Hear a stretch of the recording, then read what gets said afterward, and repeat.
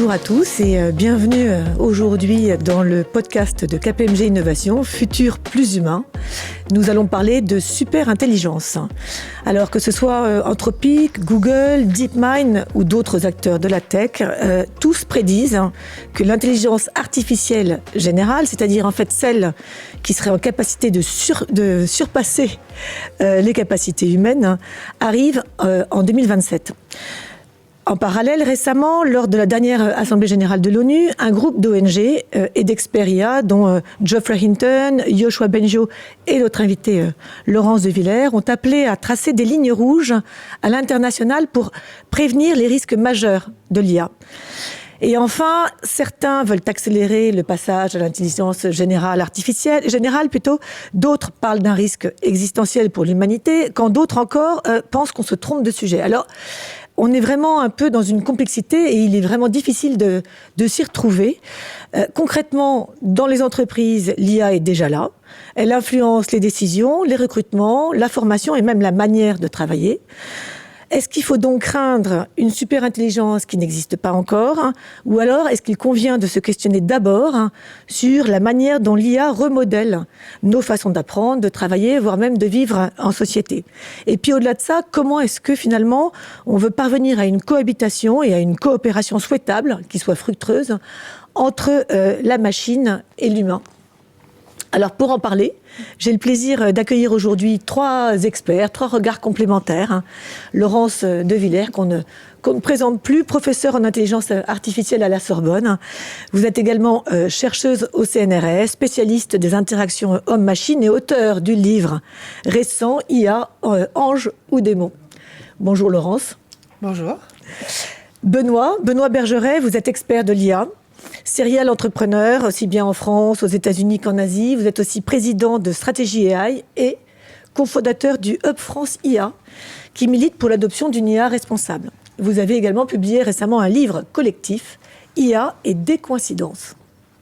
Et enfin Marie Guillemot, tu es présidente du directoire de KPMG en France et membre du Global Board de KPMG International. Bonjour. Alors, Laurence, on va commencer par vous. Une question. On entend effectivement parler de l'intelligence artificielle générale ou de la super-intelligence comme si c'était quelque chose d'imminent. Qu'est-ce que vous en pensez? Quel est votre avis sur ce point? Et de quoi est-ce qu'on parle vraiment? Est-ce que l'humain doit déjà, comme certains le disent, se résoudre finalement à se faire dépasser? Ou alors, et à se faire dominer par la machine? Ou alors, est-ce qu'il y a encore matière à réagir?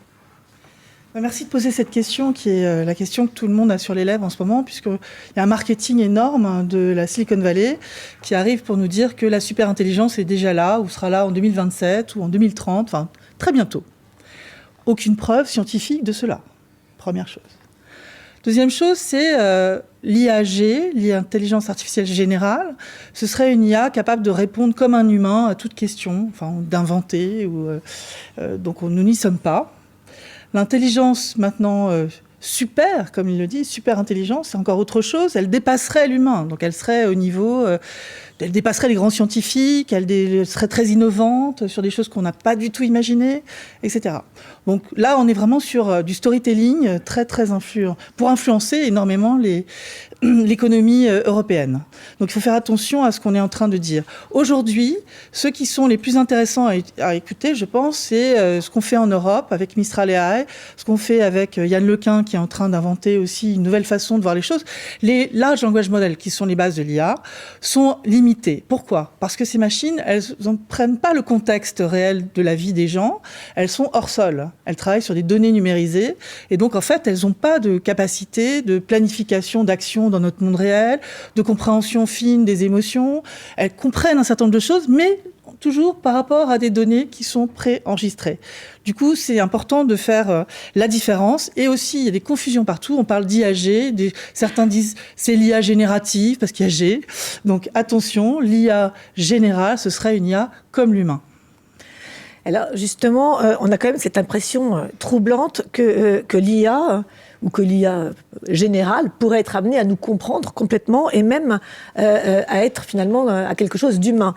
Pourquoi est-ce qu'on a ce sentiment-là d'ailleurs que l'IA pense alors que finalement, comme vous le dites, elle n'est pas intelligente?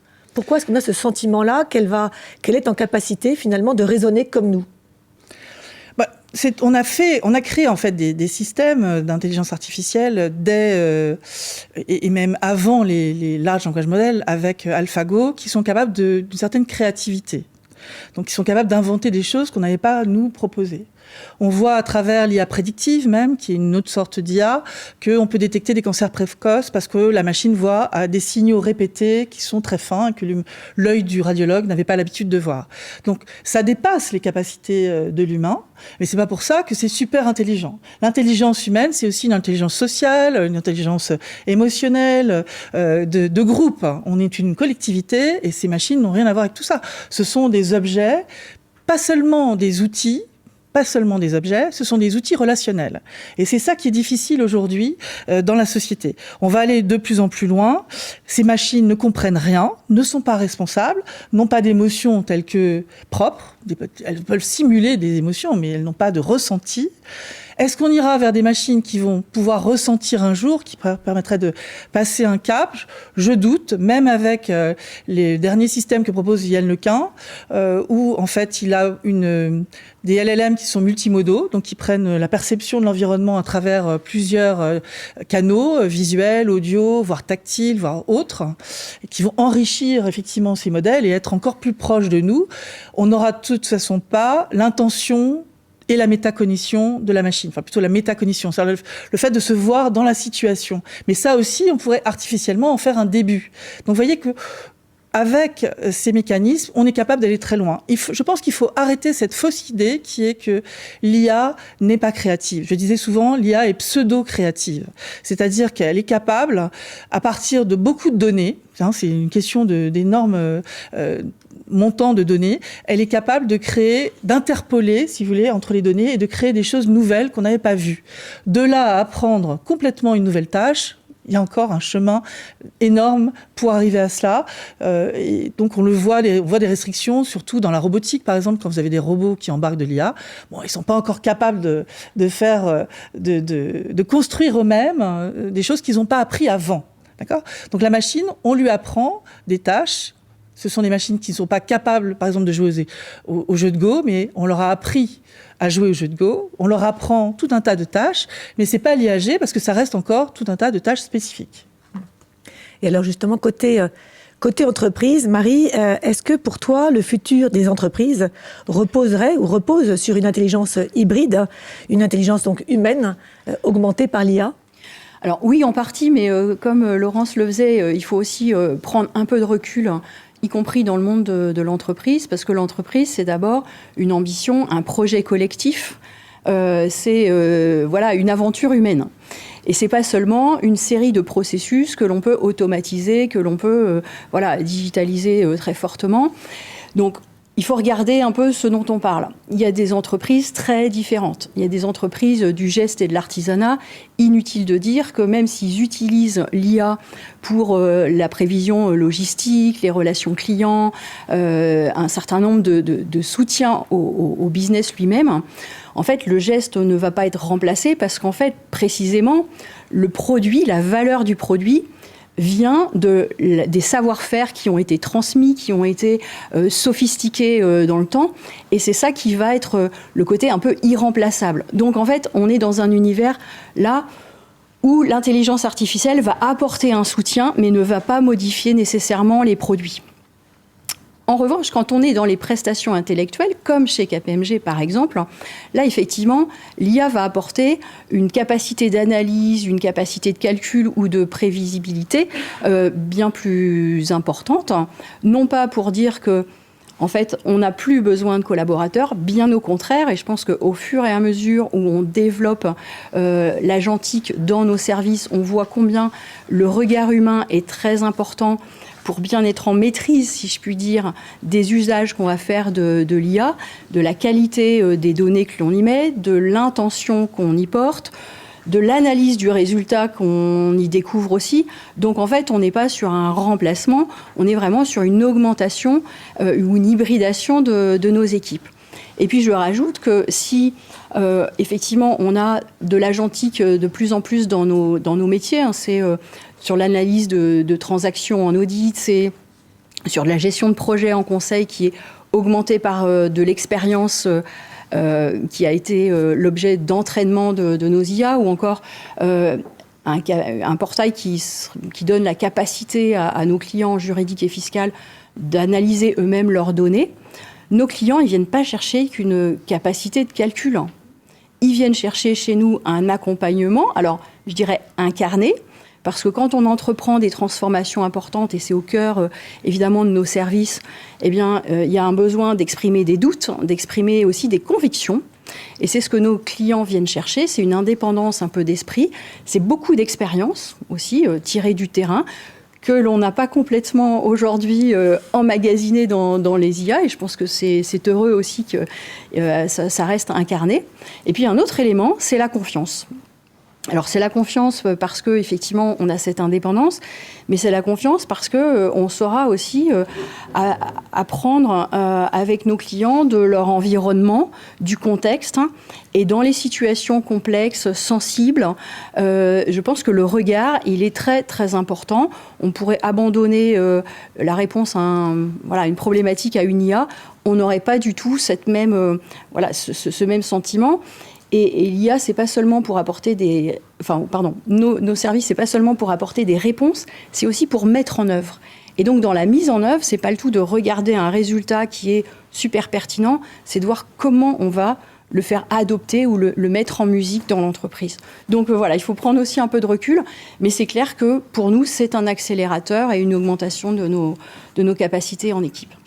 Alors justement, quelles sont les compétences ou les nouvelles compétences qui sont requises pour les entreprises afin qu'on réussisse en tant qu'entreprise dans ce nouveau monde? Est-ce que, par exemple, il faudrait mettre en place des Chief Cognitive Officers, en fait des directeurs de la stratégie cognitive? Qu'est-ce que tu en penses? Alors effectivement, chez nous, comme dans l'ensemble des entreprises, et c'était aussi le retour que l'on a eu dans notre dernière étude internationale sur l'adoption de l'IA, les dirigeants disaient que pour eux, c'est une priorité d'investissement à court terme. Donc ça, c'est à peu près 8 sur 10. Mais ils voient aussi le corollaire en matière de montée en compétences, soit des équipes existantes, soit encore des nouveaux recrutements qu'ils vont devoir faire pour pouvoir apporter davantage de compétences technologiques ou bien au contraire cognitives et philosophiques. En ce qui nous concerne, et pour répondre à la question sur le Chief Cognitive Officer, ça c'était, je dirais, un petit clin d'œil au rôle que les dirigeants ont en fait aujourd'hui, peut-être plus qu'auparavant, qui est de bien comprendre quelle est, je dirais, la capacité de leur collectif, de leur organisation, d'adopter de plus en plus des outils très technologiques, dont le rythme est quand même extrêmement soutenu. Ça donne même un sentiment un peu d'obsolescence parfois. Mais donc, du coup, les dirigeants, ils sont quand même dans cette recherche de savoir où est le point d'équilibre entre ce qui apporte un bénéfice aux équipes, aux collaborateurs et à leurs clients, et en même temps ce qu'il faut encore préserver dans le temps d'adoption ou dans ce qui fait la valeur irremplaçable des équipes. D'où le Chief Cognitive Officer, qui est un peu les CEO aujourd'hui. Très concrètement, nous, ce que l'on voit dans nos métiers, c'est une capacité à effectivement être curieux et apprendre en continu. Et ça, ça fait des années qu'on réinvente toujours nos services, mais là, ça s'accélère. Et donc, il y a un formidable effort de formation. Pour nous, c'est absolument déterminant si on veut rester pertinent. Et toute génération, parce que il y a vraiment un grand besoin là-dessus, qui n'est pas juste un besoin de mettre dans les mains de nos équipes des outils de plus en plus puissants, mais qui est de prendre ce temps de recul sur l'éthique, sur l'intention, sur la qualité de leur apprentissage aussi. Le deuxième élément, c'est d'avoir une capacité à encadrer des équipes qui vont être à la fois humaines et agentiques. Donc c'est comment nos managers dans nos équipes vont garder la maîtrise de ce qui se passe et la compréhension de tous ces algorithmes en orchestrant au mieux les différents agents et collaborateurs. Et puis, nous, ce qu'on souhaite, c'est avoir justement des équipes qui continuent de développer des relations de confiance avec nos clients et puis qui sont en capacité de bien comprendre une transformation dans un paysage plus complexe, plus sensible. Voilà pour faire un peu simple. Alors Benoît, vous nous invitez à penser l'intelligence pas simplement comme un phénomène individuel, mais comme un phénomène relationnel, voire une forme de symbiose. Est-ce que vous pouvez nous en dire un peu plus sur cette vision que vous portez et comment est-ce que vous intégrez l'IA dans cette vision ? Merci. Oui, tout à fait. Je crois que c'est Albert Camus qui disait mal nommer les choses, c'est ajouter au malheur du monde. Et je crois qu'en IA, on est menacé par le malheur parce qu'on nomme mal beaucoup de choses. En entreprise, par exemple, on parle d'IA et on fait peu la différence, Laurence l'a faite, entre l'IA prédictive, qui elle est parfaitement applicable à des processus automatisés, parce qu'on maîtrise, parce qu'on a plus de points de contrôle, et l'IA générative, qui provoque, à cause à la fois de sa fonction et de la manière dont elle a été conçue pour ça, provoque une délégation cognitive très très forte, ce qui est une énorme erreur. Alors moi, ce que je propose, c'est de regarder l'IA générative et son utilisation avec un prisme un petit peu différent. Et pour ça, j'ai été chercher dans la biologie. En biologie, il y a un concept qui s'appelle le concept d'holobionte. Nous sommes des holobiontes. Qu'est-ce que c'est qu'un holobionte ? C'est un être hôte et l'ensemble des symbiotes qui lui permettent de vivre et qui ne peuvent vivre qu'avec lui. Eh bien, si vous déplacez ça sur le plan cognitif, l'IA générative, finalement, si on veut bien la nommer, bien la comprendre, c'est un symbiote qui vient s'insérer dans ce qui a toujours été notre manière de penser. On est dans l'illusion que notre pensée nous appartient. Notre pensée ne nous appartient pas. Tout ce que je pense aujourd'hui, tout ce que je dis aujourd'hui, tout ce que vous venez de dire, est le résultat de processus très complexes dans lequel votre cerveau est l'être hôte de cette cognition, mais qui s'alimente de tout un tas de choses et qui alimente en retour tout un tas d'autres choses. L'IA générative, c'est pareil. C'est un symbiote qu'il faut accepter de faire rentrer, qu'il faut accepter, qu'on peut, si on veut bien gérer l'interaction, de faire rentrer dans ce processus cognitif qu'on a. Et à mon avis, c'est un des sujets pour le Chief Cognition Officer, c'est de bien comprendre ces concepts-là et de bien les partager. Alors, Laurence évoquait Yann LeCun, qui, il y a quelques mois, a quitté Meta pour travailler sur une troisième révolution de l'IA capable de comprendre le monde physique. Qu'est-ce que vous pensez justement de cette approche par rapport à ce que vous venez de nous partager ? Et est-ce que c'est une voie que vous trouvez prometteuse vers justement la création d'une super intelligence, notre sujet du jour ? Alors... il se trouve que je suis assez proche de Yann, ça fait 25 ans qu'on se connaît, et que j'ai beaucoup de mal à trouver un écart entre ce qu'il pense et ce que je pense. Donc je suis en général un petit peu un disciple de ce qu'il dit. Et il faut décoder là aussi un petit peu, il faut bien nommer. L'approche actuelle de Yann sur les modèles de monde part du constat que le langage, malgré toute sa puissance, ne capture qu'une partie de la connaissance. Alors, il prend souvent l'exemple des lois physiques qui sont mal décrites par le langage, un peu par le langage mathématique, mais qui ne vont jamais être prises en compte, et on prend les LLM en défaut sans arrêt là-dessus. Circulent par exemple les exemples du gars qui dit je dois aller laver ma voiture, est-ce qu'il vaut mieux que j'aille à pied ou en voiture ? Et systématiquement les LLM ne comprennent pas le rapport, ne comprennent pas le monde, ne comprennent pas le contexte plus global, et lui proposent d'aller à pied laver sa voiture. C'est l'exemple. Et donc le modèle la représentation du monde, les architectures de JEPA qu'il est en train de travailler, de mettre en place bout à bout, sont destinés, et là encore je reprends ce que disait Laurence, d'une part à alimenter des systèmes d'intelligence artificielle qui ont plus que le langage en entrée, mais aussi de mettre en place une architecture avec il s'inspire encore du cerveau. Lui, quand il a inventé les réseaux convolutifs, il s'inspirait du fonctionnement des neurones. Et bien maintenant, il s'inspire, il ne cherche pas à imiter, un niveau au-dessus, qui est le niveau où il y a une sorte de centre de contrôle qui distribue les tâches. Alors, qu'est-ce que ça veut dire pour l'AGI ? L'IAG en français. Yann n'a pas appelé sa boîte AGI Inc. Il l'a appelé Advanced Machine Intelligence. Et c'est voulu. c'est parce qu'il veut s'écarter de ce concept d'intelligence artificielle générale, parce qu'il comprend que fondamentalement, l'intelligence, il y a deux malentendus au sujet de l'intelligence. Le premier malentendu, c'est que ce n'est pas du tout seulement un système de pattern matching évolué. Et le deuxième malentendu, c'est que l'intelligence, elle est fondamentalement incarnée dans nos émotions, dans nos relations, etc. Et ça, on ne sait même pas le modéliser correctement. Et là, je vais peut-être faire bondir Laurence, mais pour moi, modéliser l'univers émotionnel d'un être humain avec le réduire à 5 émotions de base, c'est un petit peu comme si vous expliquez à un Esquimau qui a, je crois, 160 descriptifs pour la neige, que non, en fait, il y a neige ou pas neige, quoi.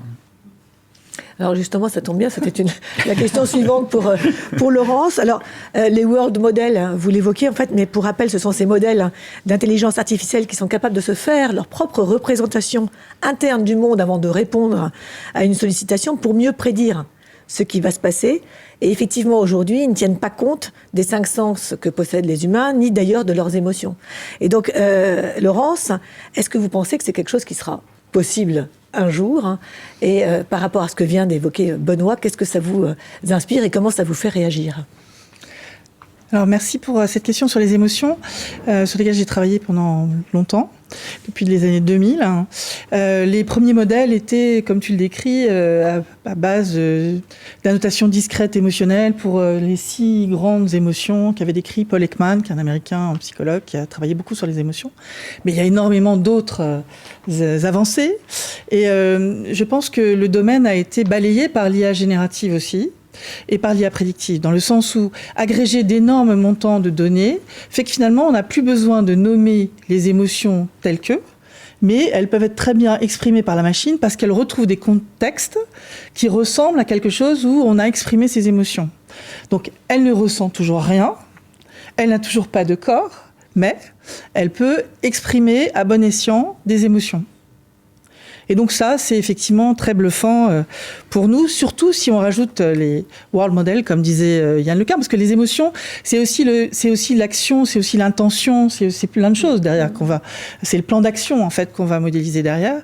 Du coup, rajouter ces phénomènes dans les machines va être très très important. Mais même avant les LLM, moi j'étais dans des groupes de recherche au Japon où ils faisaient déjà cette idée de je vais donner des émotions artificielles à la machine, par exemple un axe de plaisir et un axe de souffrance, et puis en fonction de ce qui arrive autour du robot, eh bien on va faire baisser ou monter ces différentes valeurs, et derrière on met un stratagème d'homéostasie, c'est-à-dire de remise à l'équilibre, comme nous, quand on va faim, on se débrouille pour aller manger, du coup on a moins faim, donc on rééquilibre notre organisme, et donc cette idée d'aller le plus possible vers le mimétisme humain ou vivant et partout dans le monde. Hein.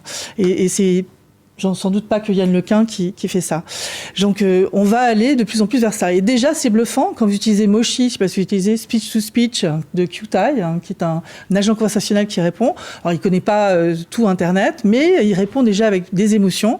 Quand on demande à ChatGPT combien d'émotions il peut sortir, il nous dit 300 ou 400, donc on est très loin des 5, avec une précision quand on demande d'évaluer un discours en disant est-ce que c'était émotionnel et qu'il est capable de dire là il y a un peu de tendresse, là il y a un peu là il y a un peu ça, parce que le contexte apporte aux définitions, qui va retrouver ça dans l'ensemble des données qu'il a en mémoire, c'est assez fort. Donc je dirais qu'à l'heure actuelle, les systèmes détectent les émotions, mais ils ne comprennent pas ce que ça veut dire. Et par contre, ils sont capables d'actions qui sont reliées à cette détection, sans savoir du tout ce qu'il en est. Donc je reviendrai sur un des points, si vous voulez bien, une théorie que je rajouterai à la théorie que tu as donnée en sociologie, qui est celle de Kahneman, système 1, système 2, qui paraît simple, mais qui est intéressante à regarder pour le comportement qu'on a vis-à-vis de ces machines. Système 1, c'est l'intuition, donc c'est la voie rapide. Système 2, c'est une voie cognitive où on va faire attention à ce qu'on nous a appris, différentes histoires qu'on connaît, etc. On va réfléchir à l'aspect moral, on va réfléchir à la situation autrement. Aujourd'hui, on a des systèmes comme les LLM qui sont système 1. Même s'ils apportent des réponses qui sont probables dans des contextes extrêmement complexes, qu'ils ont réussi à trouver grâce par exemple, si je prends 2 même, il y a 36 têtes d'attention sur toutes les couches et il y a 36 couches. Donc c'est énorme le calcul de complexité non linéaire qui existe dans ce système pour aller trouver à différents niveaux les corrélations entre les mots, les phonèmes, entre la syntaxe, la sémantique, les phrases qu'il y avait avant. Enfin, donc on a une puissance de frappe et on augmente ça au fur et à mesure. On a une puissance de frappe non négligeable. En plus, elle est capable d'interpoler, c'est-à-dire de trouver, de généraliser, si vous voulez, à d'autres situations proches. Pas lointaine, mais proche. Donc, on a une machine de guerre qui est capable quand même de détecter nos émotions. Bien sûr, elle ne les ressent pas, elle ne les comprend pas. Et pour revenir à mon système 2, eh ben, en fait, ce que veut faire Yann Lequin, c'est un système 2 avec sa modélisation du monde, où là, on irait réfléchir à est-ce que c'est adéquat dans telle situation et est-ce que le monde me renvoie bien ce que j'avais imaginé. Maintenant, je pense on est encore loin du système 2 humain. Il n'y a pas de métacognition. On va pouvoir en faire une d'un certain niveau, mais ça sera encore assez pauvre par rapport à notre façon de réagir, par exemple, avec des situations où c'est très peu usité, personne ne réagit comme moi, et je réagis comme ça pour un problème moral. D'accord ? La machine, elle est incapable de faire ce genre de choses. Du coup, on a une agilité en tant qu'humain qui est incroyable. Ce qu'il faut surtout pas, c'est se dire qu'on va être système 1 derrière un système 1, c'est-à-dire tous les jeunes qui font du copier-coller font ça. Donc il faut absolument ce temps dont vous avez parlé tout à l'heure, de recul pour appréhender, et il faut challenger la machine. L'IA n'est pas une amie, n'est pas une assistante, elle est un outil relationnel extrêmement puissant qu'on doit challenger. Si on ne se met pas dans cette position, on ne comprendra pas. D'autre part, sur l'éducation, je suis tout à fait d'accord avec vous, il est nécessaire de ne pas désapprendre. Si on veut aller demain plus loin et vers des outils encore plus intelligents ou encore plus utiles, j'aimerais mieux que ça soit plutôt utile que intelligent qu'on mette en avant, eh bien, on doit avoir une éducation sans machine. Si vous ne réfléchissez pas avec votre cerveau, vous n'êtes pas capable d'abstraire suffisamment, d'abord pour comprendre ce qui est en train de se passer, et puis pour aller plus loin. Donc c'est urgent de remettre à l'école du fondamental sans machine, l'apprentissage des concepts qui sont derrière la machine pour comprendre les problèmes éthiques, et de comprendre les derniers systèmes. Mais pour faire autre chose que ce que nous sommes, peut-être. Alors, vous parliez justement des risques, vous commenciez à en parler sur les risques, notamment vis-à-vis des étudiants et des jeunes. Quels sont plus largement, selon vous, les principaux risques liés à l'IA générative et l'évolution de cette nouvelle technologie qui s'accélère ? Alors, d'abord, on a un biais de confiance, qui est que la plupart des citoyens il y a un grand gap entre les citoyens qui ne sont pas du tout experts et ceux qui sont experts, qui sont autour d'ici. Je pense qu'il n'y a vraiment pas de formation à hauteur. Et il y a une mystification. Ces machines apportent des choses, indéniablement. Ça permet démocratiquement de voir tous à peu près la même chose, mais on ne le perçoit pas, finalement, on ne le reçoit pas de la même façon. Et il y a énormément de gens qui pensent que c'est mieux qu'un médecin. Donc la science est mise à mal parce qu'une machine débite des informations, répond à vos questions quand vous le voulez, et les enfants n'apprennent plus à l'école parce qu'ils ont cette machine qui le fait à leur place. Pourquoi apprendre, va dire Laurent Alexandre. Donc il a raison de nous montrer ça comme la voie ultime où il ne faut pas aller, et donc il est important aujourd'hui que l'on revienne à une compréhension fine de ce que sont ces objets qui ne sont pas des outils, qui sont des outils relationnels, qui m'embarquent dans une histoire avec eux. Et donc cette histoire, moi je l'ai entendue auprès de jeunes relayés, où ils pensaient que la machine était neutre, que les données, elles étaient sauvegardées, c'était préservé, donc ils pouvaient livrer toute leur intimité.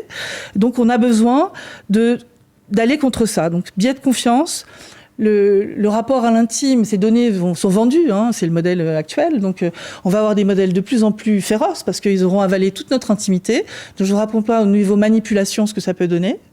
Donc j'ai aussi travaillé sur le nudge linguistique, c'est-à-dire en fait comment la machine vous parle et qu'est-ce qu'elle va tendre à pousser chez vous, est quelque chose de fondamental. Tous les Américains ont été faire des travaux sur les aspects cognitifs.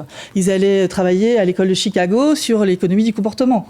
Donc ils le disaient même, il y avait eu un film là-dessus. Donc je pense qu'il faut prendre conscience que nous, on est en retard là-dessus. Il faut effectivement des chief officers cogniticiens capables de comprendre les phénomènes et capable de comprendre que on va pas manipuler comme ça tout le monde, ou en tout cas, c'est pas décent de le faire sans que on soit formé. Donc ça, c'est vraiment très important. La santé mentale, c'est terrible. Les adolescents qui parlaient sur l'Europe disaient tous qu'il y avait des problèmes de santé mentale et que grâce à ces machines, on les découvrait. Donc, voilà. Est-ce vraiment un diagnostic? Il n'est pas vérifié par un médecin. Donc, où est-ce qu'on va si la médecine et la psychologie est faite par des machines et que nous sommes derrière en train juste de récupérer le désastre et le chaos? Donc, on a intérêt à vraiment prendre les choses de façon très importante. C'est la projection émotionnelle dont vous parliez.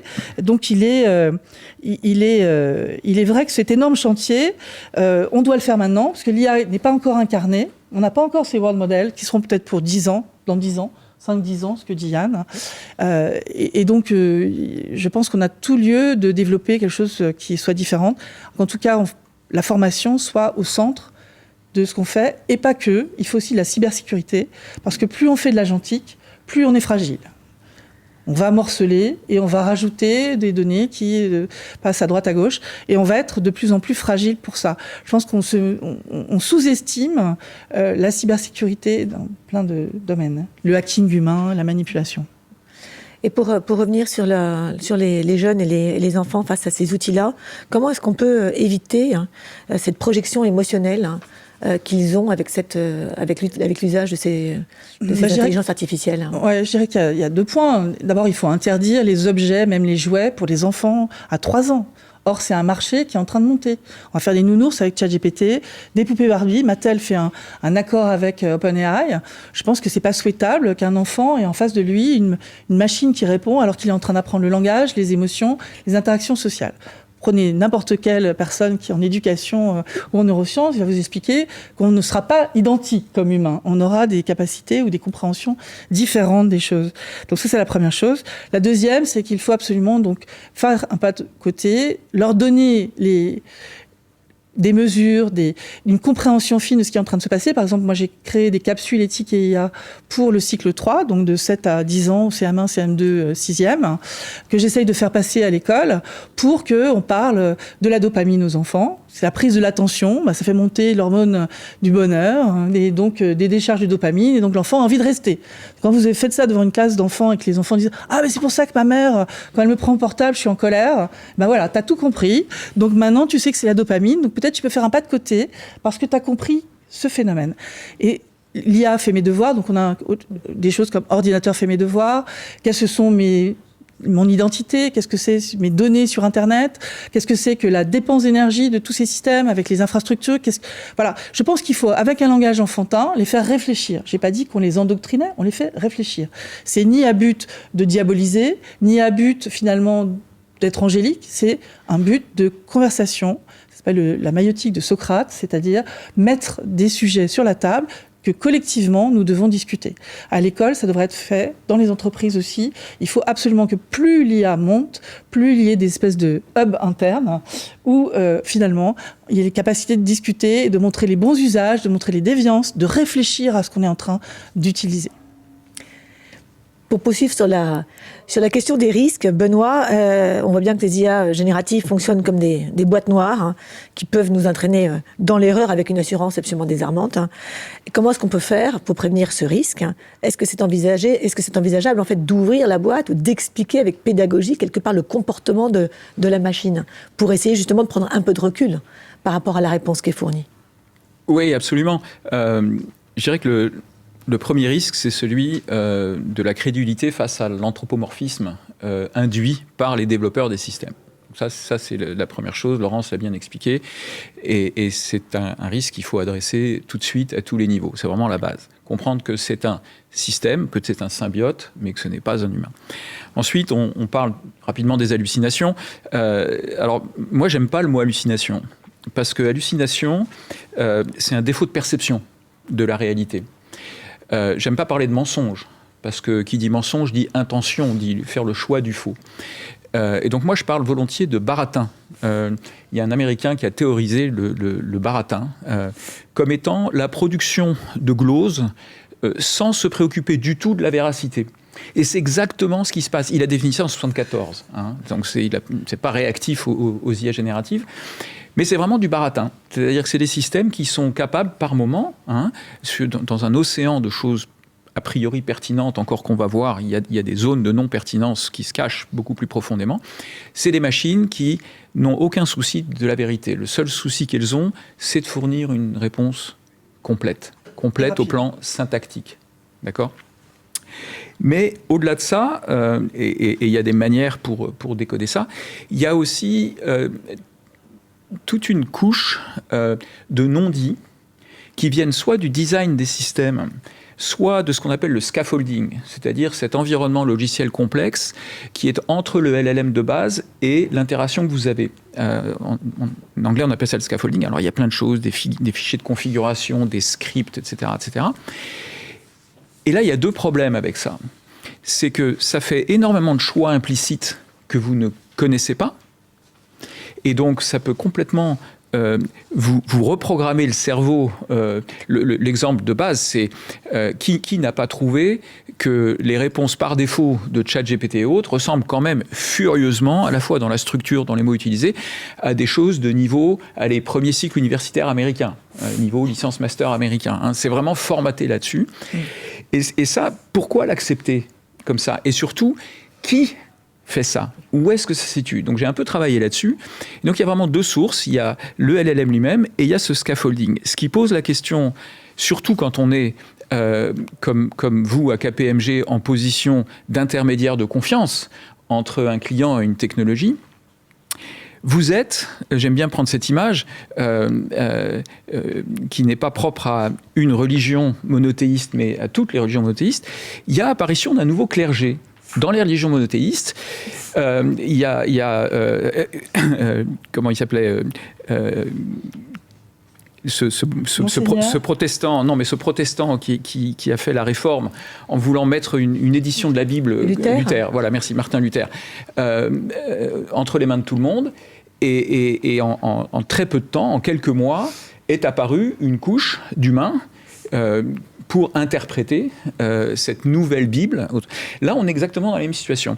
C'est-à-dire qu'on a des grands théologiens, qui sont les équipes de Altman, etc., qui mettent dans ces systèmes des biais culturels et cognitifs voulus, mais autour, c'est pas les seuls, c'est pas le seul ennemi. L'ennemi, c'est aussi nous-mêmes, population éduquée, qui allons, à travers nos fichiers skills.md, à travers toutes ces choses-là, induire des comportements, induire des invariants cognitifs qui pourront pouvoir être dommageables. Donc, toutes vos équipes sont finalement appelées à devenir ce nouveau clergé. L'important, c'est de bien comprendre que ça devient du coup une responsabilité vraiment politique. On sort de l'implémentation d'outils qui sont transparents, questionnables, etc. Là, on est dans quelque chose de beaucoup plus subtil, de beaucoup plus fin, qu'il faut, à mon avis, vraiment prendre en compte. Alors Marie, pour poursuivre sur les risques, la gestion des risques est au cœur des métiers de KPMG, et la mission de KPMG, c'est vraiment de bâtir la confiance. Est-ce que c'est de plus en plus difficile dans ce monde dominé par l'IA ?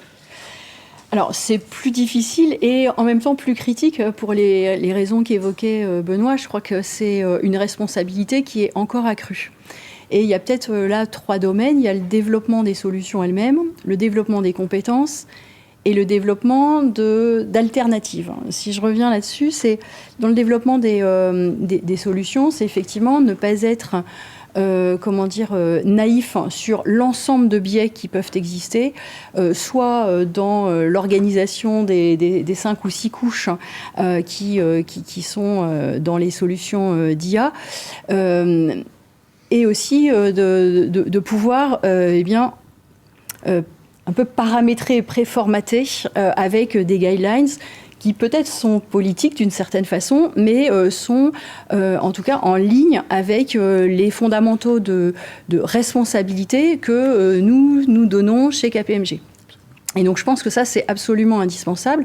Et d'ailleurs, les solutions, non pas qu'on ait développé des langages eux-mêmes, mais les modèles de langage qu'on utilise, eh bien, on les met sur des plateformes qui remplissent tout un certain nombre de critères, de guidelines de sécurité, parce que c'est une partie de notre responsabilité qu'on veut embarquer by design, en fait, dans les solutions qu'on va utiliser. Et ça, c'est aussi un élément très important pour nos clients. Donc on ne veut pas céder au cynisme et au mode un peu débridé d'utilisation, mais le faire, je dirais, un peu en pleine conscience, c'est-à-dire avec tout un ensemble de traçabilité, de sécurité. Et effectivement, Laurence le rappelait tout à l'heure, les risques de cybersécurité sont en très forte augmentation dans cet environnement nouveau. Ça, c'est pour le développement des solutions elles-mêmes et on prend les choses à bras-le-corps. Dans le développement des compétences, on y était tout à l'heure, c'est vraiment d'apporter un regard ou une interpellation sur les sujets de biais et d'éthique qui se posent, qui ne sont pas forcément mal intentionnés, encore qu'on peut peut-être imaginer qu'effectivement, ça puisse arriver. Mais en tout cas, c'est d'être bien vigilant par rapport à la qualité des datas, à la qualité de l'entraînement des IA, au rapport que l'on a avec les résultats, et aussi la capacité à être actif par rapport à ça, c'est-à-dire qu'on pourrait céder à une délégation un peu large à l'IA de tout un tas de travaux, ou des conclusions que ferait l'IA par rapport à une situation. Nos clients ne viennent pas nous chercher pour ça. Ils viennent nous chercher parce qu'on va avoir une capacité à challenger, une capacité à évaluer si le résultat produit par une IA va être en concordance avec l'intention de l'usage qu'on identifiait au départ, et puis à la réalité finalement de la situation, et puis ce corpus, je dirais, d'éthique et de responsabilité. Et nous, c'est absolument évident qu'on ne délègue pas notre responsabilité à une IA, on ne délègue pas notre signature ou notre opinion à une IA. Ça, c'est absolument clair. Donc, le développement des compétences par rapport à ça, il doit être complètement revisité pour qu'on soit plus vigilant, plus alerte. Et ça, c'est quand même un gros travail, je crois qu'on y reviendra. Et puis le dernier point, c'est sur les solutions un peu alternatives. C'est-à-dire qu'aujourd'hui, on est de plus en plus questionné par nos clients qui voient les chocs géopolitiques se succéder et nous faire rentrer dans un environnement de plus en plus mouvant. Et donc, ils nous posent la question de savoir quelles sont les alternatives européennes, françaises, par rapport à ça, donc sur des données ou des usages les plus sensibles. Et ça aussi, c'est à nous d'avoir non pas une IA, un dogme, mais d'avoir une opportunité d'aller chercher la meilleure solution pour chaque type d'usage ou de client. Une question sur la prévention des risques, et notamment par rapport à une population que vous connaissez bien, qui sont les étudiants. Comment est-ce que vous pensez qu'il faille les former à l'ère de l'IA? Là, on ne parle pas des tout jeunes, mais des étudiants juste avant leur entrée dans la vie active. Et comment est-ce qu'on peut les aider à développer leur esprit critique? Donc, comme je l'ai dit, j'ai travaillé surtout sur les jeunes, mais j'enseigne aussi. Et donc, mes étudiants aussi, j'essaie de les... D'abord, j'ai des cours sur l'épistémologie de l'intelligence artificielle, de l'informatique et de l'éthique. Bon, tout ça leur paraît un peu loin. Donc, il est très important, lorsqu'on veut transmettre, finalement, d'arriver à avoir des applicatifs assez proches d'eux et à les engager dans eux-mêmes, dans l'explication. Et donc, je leur demande de faire des capsules pour les collégiens ou les lycéens sur des sujets qui les intéressent. Donc là, on voit toute la profondeur de réflexion qu'a l'enfant. Ils ne le font pas tout seuls, ils le font en équipe. Et c'est, à mon avis, très intéressant de challenger comme ça et de regarder quel va être effectivement le résultat. Eux aussi vont le juger. Ils vont dire ça nous plaît, on n'a pas été assez loin, etc. C'est cette finalement métacognition sur ce qu'on apprend et comment on veut le transmettre qui, pour moi, est très important dans l'enseignement et qui, pour les enfants, pour l'apprentissage en tout cas, de compétences autour de ces objets, qui ne sont pas des objets, qui sont des objets relationnels, on va aller beaucoup plus loin. Il faut les rendre responsables de ça et leur donner cette maîtrise. Si je peux me permettre, il y a un deuxième sujet, puisque vous parliez aussi des développements, solutions et des alternatives. Je pense qu'il y a urgence à ce qu'il y ait des laboratoires communs, ou en tout cas des hubs de laboratoires qui travaillent sur la démystification des couches internes de ces machines et de tous les stacks dont tu viens de parler. Moi, j'ai une thèse en ce moment, par exemple, sur la contamination, qui montre qu'on voit de temps en temps des performances qui sont données pour comparer OpenAI ou Gemini, et puis, enfin, ChatGPT et Gemini, et qui sont fausses parce qu'ils connaissent déjà le test. Donc, il faut trouver des mesures qui permettent de désambiguïser ça. En même temps, un autre aspect, l'aspect frugal, eh bien, ces machines, elles consomment beaucoup parce qu'on fait, comme je disais tout à l'heure, par exemple, rien que dans le LLM, on va avoir 36 transformers, 36 têtes d'attention. Il y en a beaucoup qui calculent des choses très très proches. Et donc là, on pourrait gagner en temps de calcul si on était capable de mieux comprendre en fait en interne comment le système marche et donc être plus frugaux.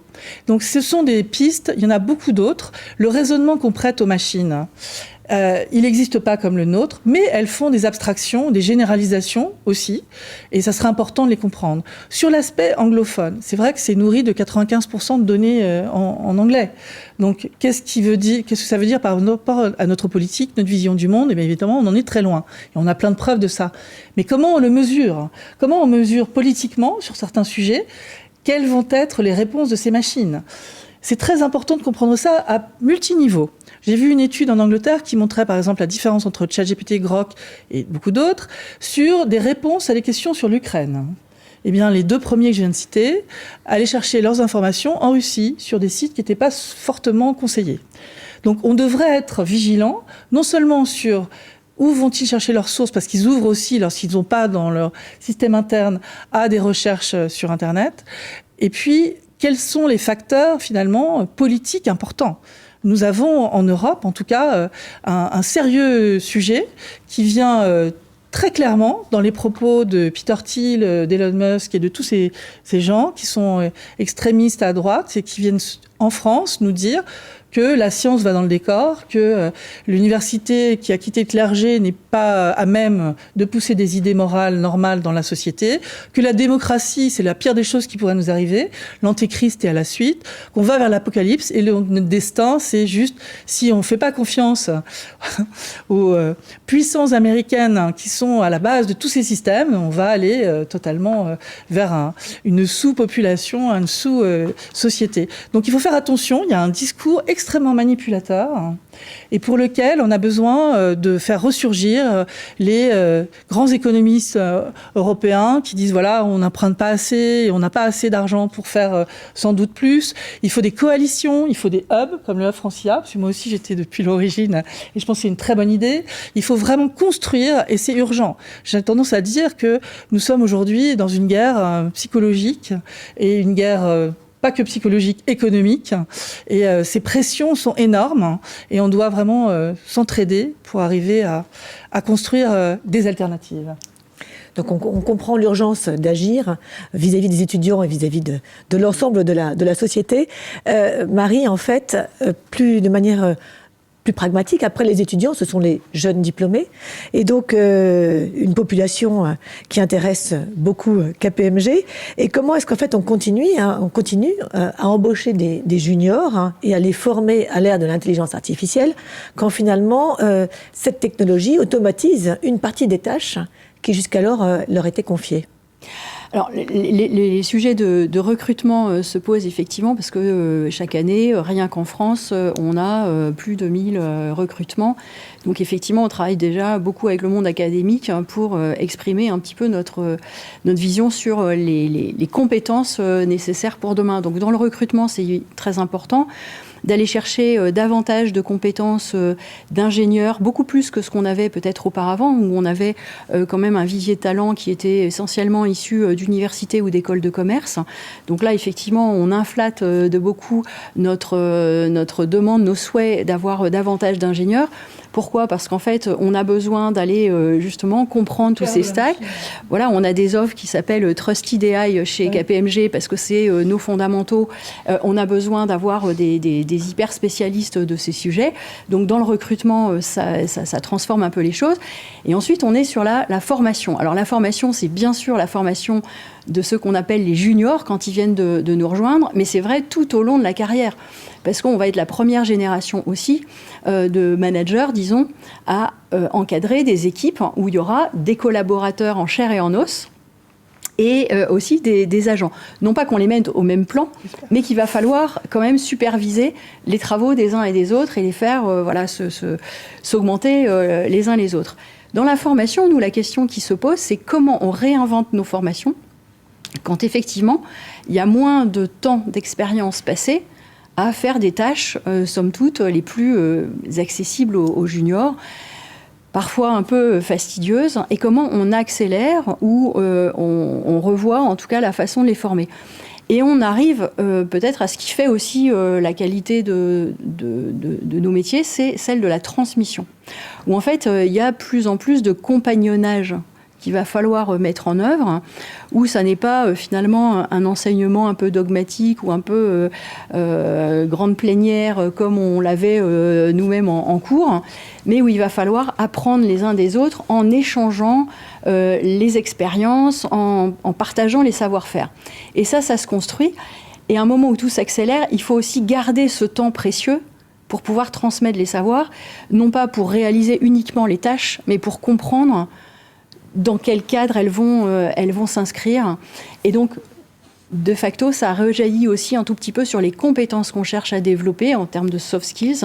C'est l'agilité, c'est la capacité à mesurer les signaux faibles et avoir un peu une intelligence émotionnelle des situations pour que, en fait, on n'ait pas une utilisation un peu mécanique de ces outils nouveaux, mais plutôt très, très conscient et c'est pas non plus du 100% IA, parce que, comme je l'ai dit, nos clients ne viennent pas chercher de la puissance de calcul, point barre, et une entreprise ne se résume pas à des processus seulement. Alors, on a parlé des tout jeunes, des jeunes, des étudiants, des jeunes diplômés. Si on parle plus largement de la société, est-ce que, Benoît, comment est-ce qu'on fait pour permettre au grand public, et au-delà des salariés d'ailleurs, d'apprivoiser l'IA pour nous faire progresser collectivement, en fait ? Alors avant de parler des cafés IA, je voudrais revenir sur ce que vous venez de dire. Moi, en 2021, j'ai rejoint l'ESSEC pour créer le MetaLab for Data Technology. Et pendant 3 ans, j'ai introduit l'IA à tous les niveaux de l'école de commerce. 10 000 étudiants par an. Et donc maintenant, tout diplômé de l'ESSEC a une formation obligatoire à l'IA qui est significative, qui est substantielle. Ça n'en fait pas un ingénieur, bien entendu. Tous les enseignants-chercheurs ont maintenant des plateformes, etc. Et donc, ces technos, on n'a pas attendu. Donc, juste, voilà, je veux le mettre là. Et l'ESSEC, qui a été, je pense, en France, un pionnier, a été suivi ensuite beaucoup. C'est la première chose. Et la deuxième chose qu'on a faite, c'est qu'on a mis au service de l'entreprise les capacités scientifiques de nos chercheurs.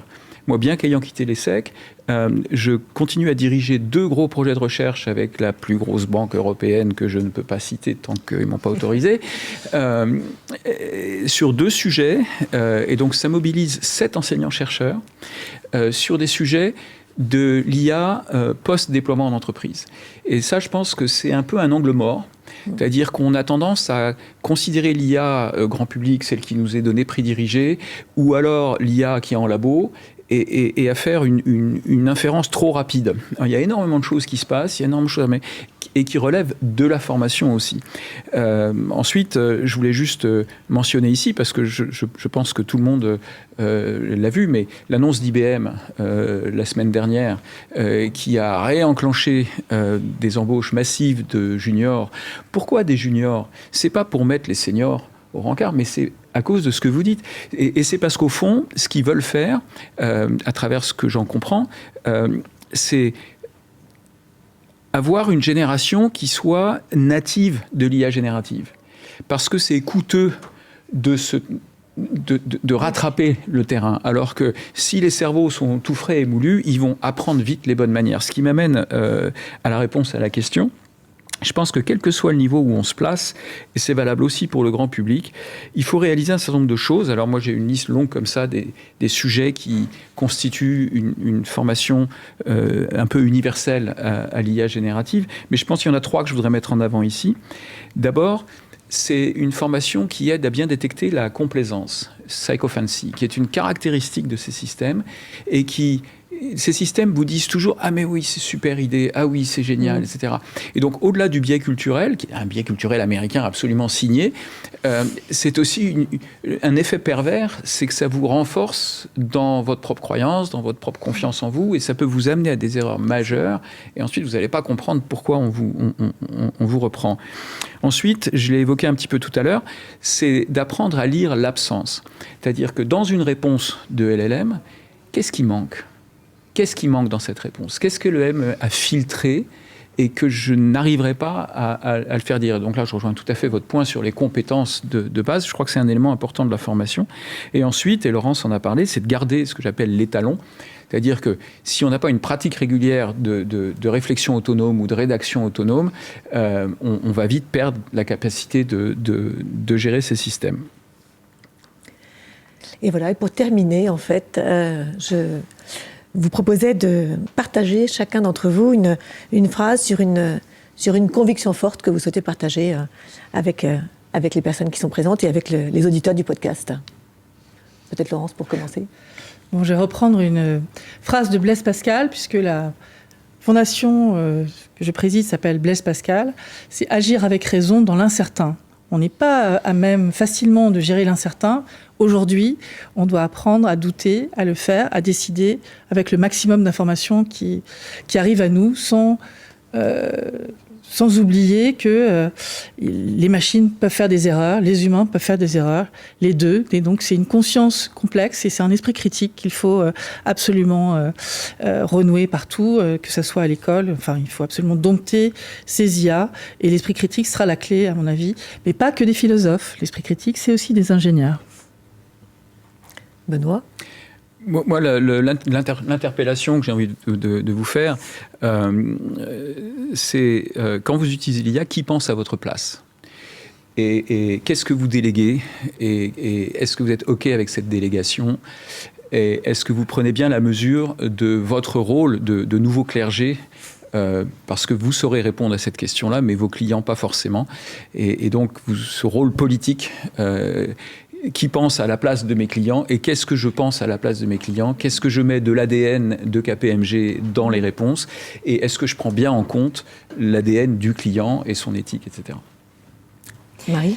Et moi, j'aimerais juste prononcer le mot d'authenticité et d'alchimie, parce que je pense qu'à l'heure où tout est effectivement très automatisable, peut-être, et où on est tous formés à l'IA, plus ou moins experts, ça nous interpelle sur la valeur de l'aventure humaine, de l'énergie, de l'alchimie qui se passe entre des personnes. Et nous, on le voit, c'est aussi une grande part des interactions qu'on a avec nos clients. Ce lien de confiance, cette puissance de créativité et de questionnement, quand on est ensemble, en présence authentique les uns des autres, ça a quand même beaucoup de force et beaucoup de valeur dans nos métiers. Merci à tous les trois pour cet échange passionnant. On voit bien que la question de la super-intelligence ne se limite pas, et fort heureusement, à la performance technologique. Elle agit surtout comme un révélateur de nos choix collectifs, de nos valeurs et de notre capacité à assumer la responsabilité, la coopération et le sens qu'on veut lui donner. L'enjeu, finalement, n'est pas tant de déléguer notre intelligence aux machines, mais bien de renforcer la nôtre, individuellement et collectivement.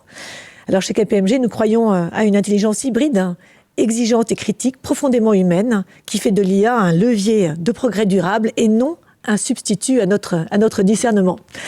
Voilà, retrouvez cet épisode de Futur Plus Humain sur vos plateformes de podcast habituelles et en vidéo sur la chaîne YouTube de KPMG Innovation. À très bientôt pour un nouvel épisode sur le podcast de l'innovation KPMG en France.